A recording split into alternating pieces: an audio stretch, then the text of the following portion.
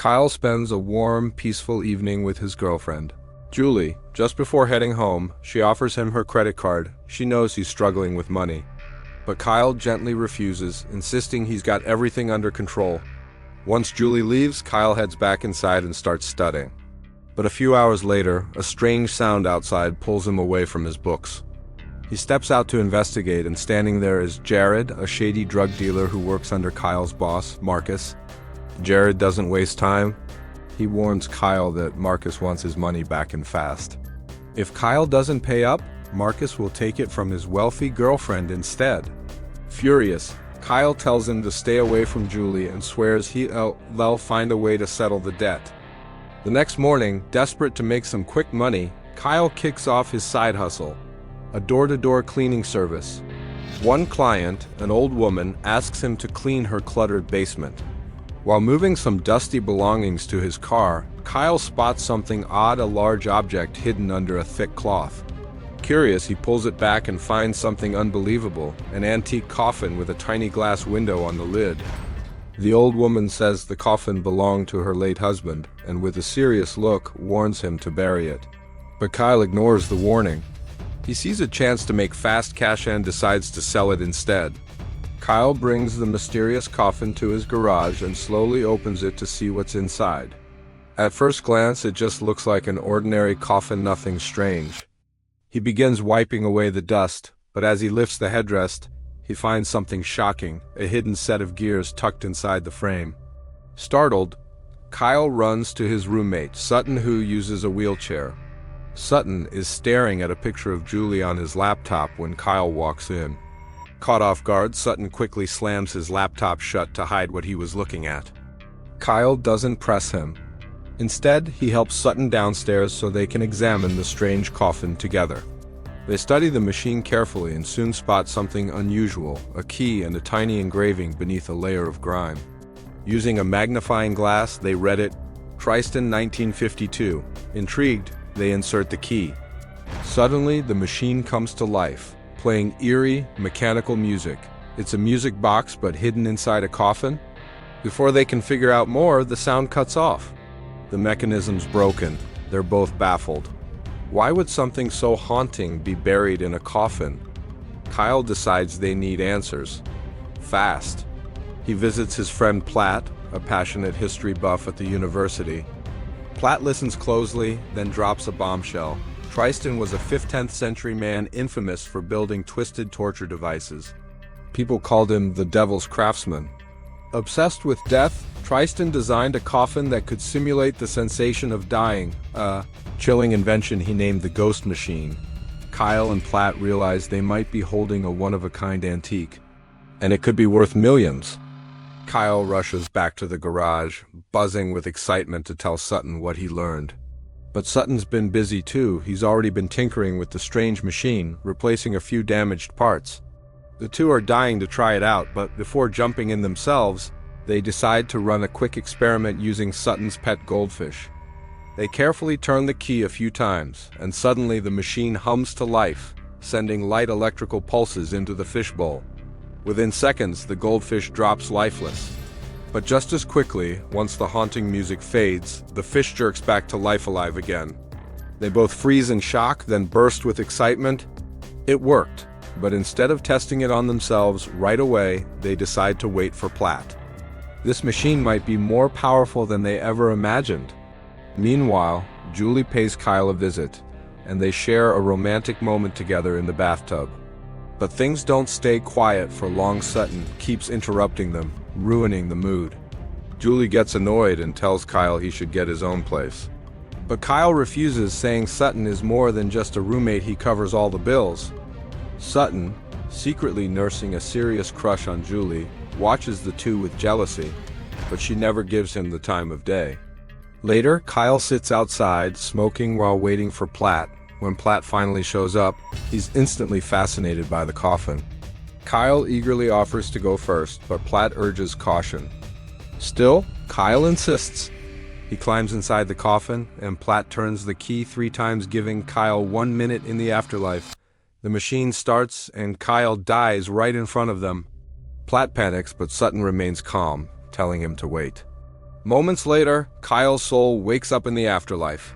He floats around, invisible, unable to touch anything. The others can't see or hear him. Then, as the final note of the music fades, Kyle gasps back to life. He sits up and says the experience felt like a vivid virtual reality game, but he can't quite describe it. Still stunned, he tells them they have to try it. Now it's Platt's turn to try the coffin. He climbs in, and within moments, he wakes up in the afterlife as a wandering soul. He floats through the town, amazed until a speeding train barrels toward him. Just as it's about to hit, the music ends and he jolts awake in his body. Shaken, he realizes something important: he couldn't touch or move anything while he was in that ghostly state. Unlike Kyle, Platt finds the experience deeply unsettling. He believes the coffin doesn't just simulate death, it pushes them right to the edge, trapping them in their death state without letting them cross over completely. Next up is Sutton. But before he climbs in, Kyle scribbles a quick note and tells him, "Read this when you're on the other side. Let's make sure this isn't just some weird dream." Sutton agrees. And once he wakes up in the afterlife, he makes a jaw-dropping discovery: he can walk. For the first time in years, he feels his legs again. At that very moment, Julie shows up at Kyle's place, furious. Kyle steps out of the garage to speak with her.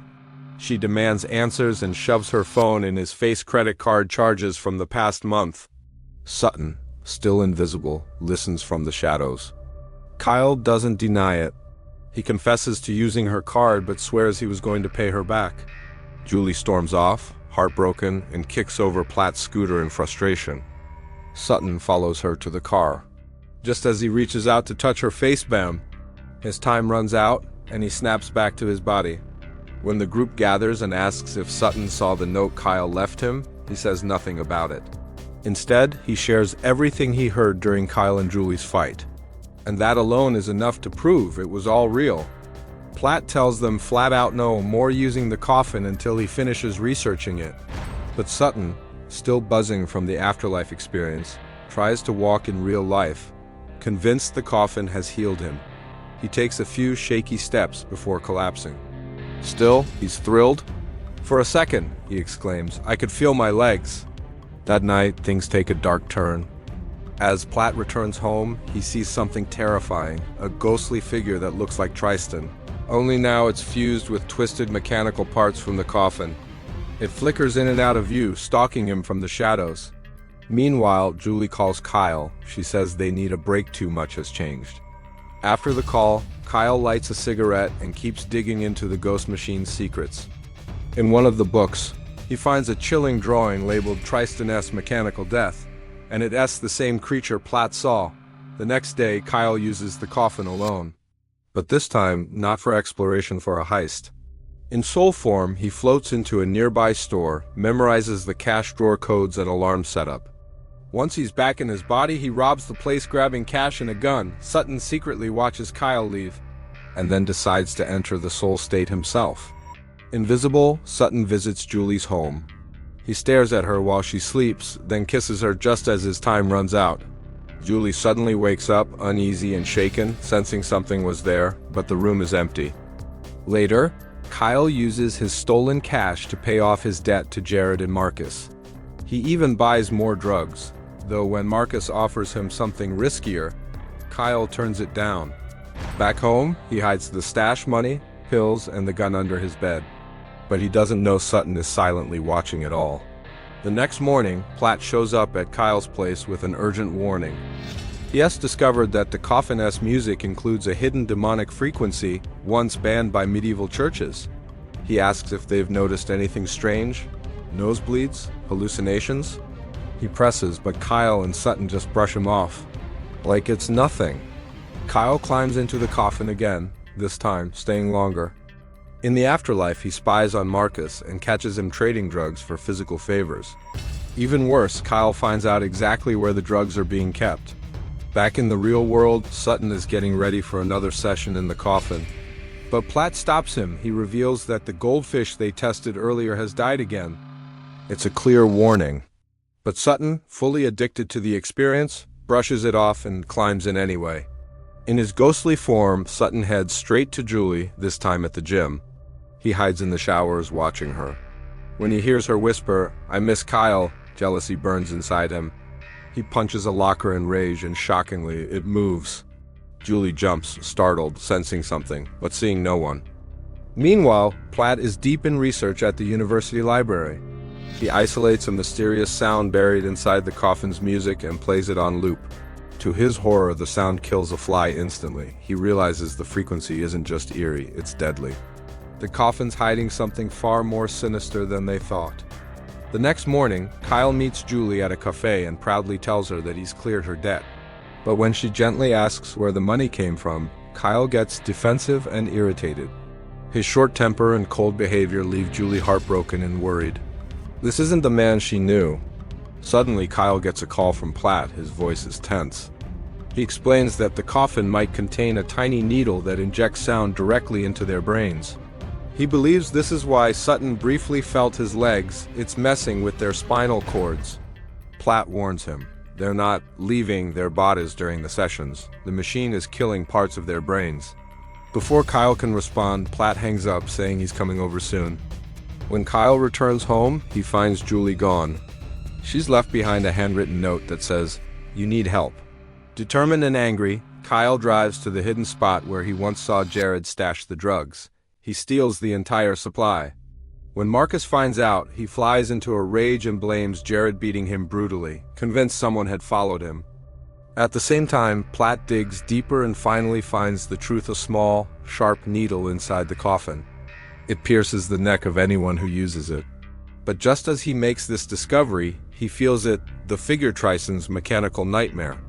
Platt hides under a table, realizing he's not alone. He rushes to send Kyle an email, but it's too late. The figure finds him and throws him down the stairs, killing him instantly. While waiting for Platt, Kyle and Sutton begin to worry. He's been gone far too long. Out of nowhere, blood starts dripping from Sutton's nose. But instead of stopping, they ignore it and continue using the coffin like nothing's wrong. Kyle goes first. In his ghostly form, he spies on Marcus and Jared selling a fresh batch of cheap, dangerous drugs. He watches in horror as a man buys the stuff and takes it. Kyle desperately tries to stop him, but he's just a soul. He can't touch or speak. Powerless, he watches the man collapse and die right in front of him. Back in his body, Kyle races to the man's apartment. Using the man's own blood, he scrawls down the license plate number of Marcus's trailer on the floor. Then, without hesitation, he races home and flushes every last bag of stolen drugs down the toilet. That's it. He's done for good. Meanwhile, Sutton pays a visit to Julie. He warns her that Kyle is using drugs again, then suddenly confesses his love for her. Julie, taken aback, gently tells him the truth. She doesn't feel the same. Crushed, Sutton asks, "Is it because I'm in a wheelchair?" But she insists, "No, I just don't love you." And then it happens. Sutton stands up from his chair, shocking Julie. He tries to kiss her, but she pushes him away and forces him out.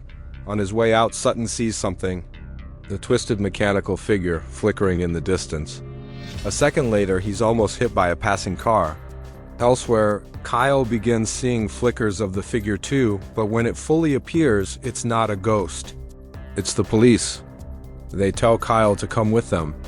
At Platt's apartment, the officers reveal something chilling. Platt is dead. They show Kyle an unfinished email on his laptop, a warning that death is coming for all of them. That night, Kyle returns home, filled with fear and fury. He grabs tools, ready to destroy the coffin once and for all. But Sutton is one step ahead. He arrives unexpectedly and attacks Kyle, beating him unconscious. Then, Sutton uses the coffin again. He's already moved it to a secret location. Now fully in control of his powers in the afterlife, Sutton becomes terrifying. He slips sleeping pills into Julie's drink, and after she falls asleep, he torments her moving objects, scribbling his name on her laptop screen, creating a living nightmare. Eventually, she collapses unconscious. Kyle finally wakes up and stumbles to Sutton's room, only to find it plastered with photos of Julie. That's when it hits him. Sutton is obsessed. Kyle calls Julie in a panic. She picks up briefly, trying to explain what's happening before losing consciousness again. Meanwhile, Sutton rises from the coffin now, placed in the back of a pickup truck. He gently lifts Julie's unconscious body and loads her into the truck. He's taken her with him ... forever? Kyle races to Julie's home, but he's too late. Peering through the window, he sees Sutton driving off. Thinking fast, Kyle realizes there's only one place Sutton could go: the gym, their old meeting spot, and a place large enough to hide a coffin. At the gym, Sutton has completely lost his grip on reality. He stripped and tied up Julie, whispering his twisted plan: they'll use the coffin together and stay forever in the afterlife. Just then he hears Kyle's voice echoing through the building, calling out for Julie. Panicked, Sutton hides the coffin on the rooftop and quickly climbs inside. Now, in his soul form, Sutton appears in front of Kyle, grinning, and locks him inside a metal cage. Kyle thrashes and kicks, desperate to break free, while Sutton heads back to Julie, attempting to get close to her, but Kyle isn't giving up. He manages to crawl into an air vent, forcing his way through it. As he moves, the horrifying mechanical figure appears again, lurking in the shadows.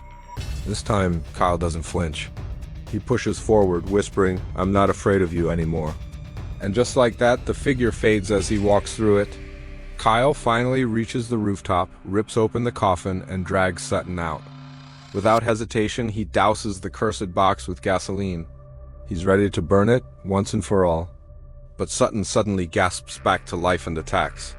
A vicious, brutal fight erupts between them. Sutton overpowers Kyle, landing blow after blow. In a final fit of rage, he throws Kyle off the rooftop. Kyle barely catches the edge, hanging on by his fingertips. Sutton stomps on his hands, trying to end it. But then bang, Julie appears and shoots Sutton in the neck. Another shot hits his shoulder. Staggering, Sutton backs off. Kyle uses the moment to pull himself up, then charges forward and shoves Sutton off the edge. Sutton falls, crashing to the ground below. His soul briefly appears lost, broken, before the Grim Reaper steps out from the darkness. The figure silently takes Sutton's soul and drags it into the shadows ... forever. Kyle stares, stunned by everything he's just witnessed. Julie runs to him, they embrace, clinging to each other in relief. After everything ... Dive made it. Later, Kyle gathers what's left of the burned coffin, now just a pile of twisted metal and charred wood. He drives back to the old woman's house, the place where it all began. On the way, he watches as police arrest Jared and Marcus, finally dismantling their drug empire for good. When he arrives, Kyle gently places the coffin's remains on her porch. But something feels off. He looks up and freezes. The old woman is a ghost. She smiles warmly and says, "Thank you, Kyle. You've done what no one else could." Then her expression turns serious. "One last warning. But because you entered the ghost machine, you will see him, the figure, the Grim Reaper, for the rest of your life. He follows anyone who steps too close to death." And with that ... she vanishes into thin air. The end. Thank you for watching. Be sure to like our channel and subscribe if you enjoy content like this.